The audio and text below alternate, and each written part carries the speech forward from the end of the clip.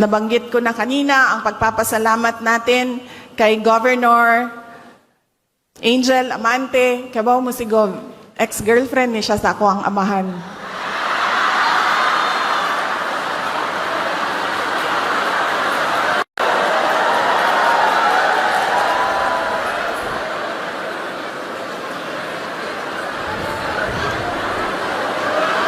Wa sila magkadayon.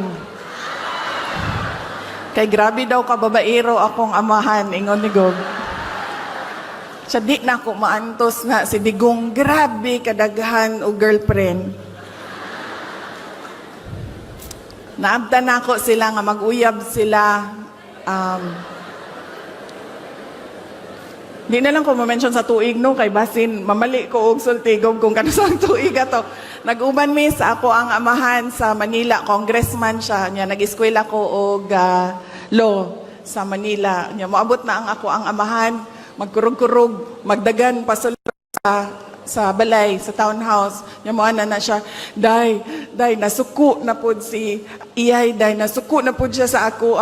Ano ko, unsa naman po gibuhat nimo? Basain na lang ha. Mangutana ganay gani mangutana sa imong asa ko giing-ing na lang yun nga nag-uban yun ta.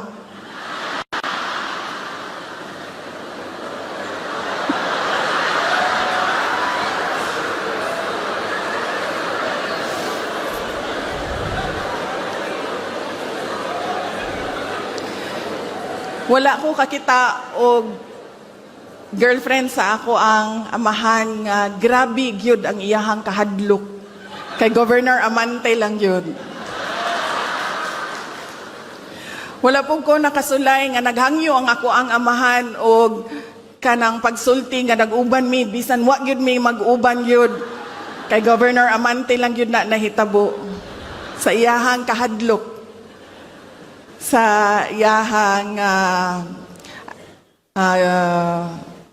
girlfriend, si Governor Amante. And he truly, Gov, he speaks very fondly of you until now.